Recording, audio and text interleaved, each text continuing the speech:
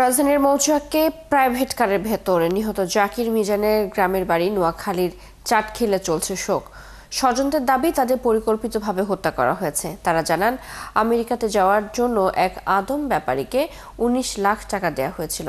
এরই জেরে হত্যাকাণ্ড ঘটতে পারে।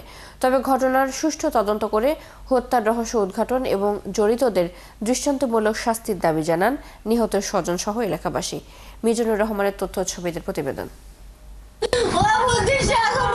নোয়াখালীর চাটখিল উপজেলার খিলপাড়া খামারবাড়ি এলাকায় প্রাইভেট কার চালক জাকিরের বাড়িতে চলছে শোক। আহাজারি করছেন তার পরিবারের লোকজন। এলাকার মানুষ জানায়, গত শনিবার জাকির নোয়াখালী থেকে ঢাকায় যায় সিরাজুল ইসলাম মেডিকেল কলেজ হাসপাতাল থেকে রোগী আনার জন্য।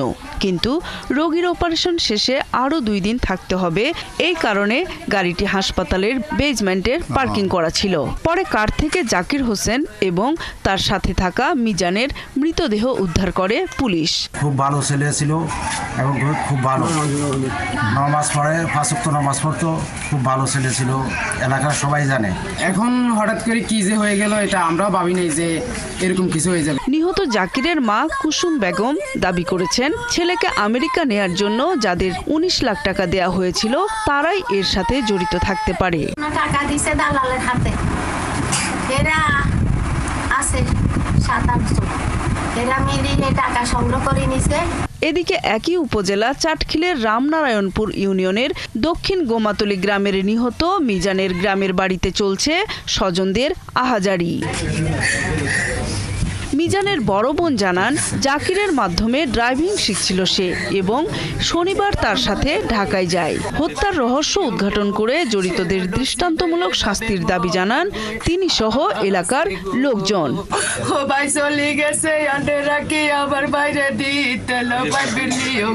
কালকে আমরা এই খবর পাই মিজান জাকির গাড়িতে মৃত অবস্থা আছে।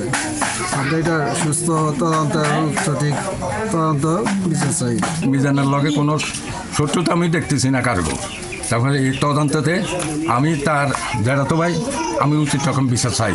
এদিকে হত্যাকাণ্ডের সাথে যারাই জড়িত তাদের চিহ্নিত করে আইনের আওতায় আনার দাবি জানান স্থানীয় জনপ্রতিনিধি। আমরা গভীরভাবে মর্মাহত যে এই ঘটনার জন্য বর্তমান সরকারের পুলিশ প্রশাসন থেকে শুরু করে এবং সরকারের কাছে আবেদন করব যাতে সুষ্ঠু তদন্তের মাধ্যমে সঠিক তথ্য উদ্ঘাটন করা হয় এবং অপরাধীদেরকে শাস্তিমূলক ব্যবস্থা গ্রহণ করা হয়। সোমবার রাজধানীর মৌচাকে একটি হাসপাতালের পার্কিংয়ে কার থেকে জাকির ও মিজানের মৃতদেহ উদ্ধার করে পুলিশ।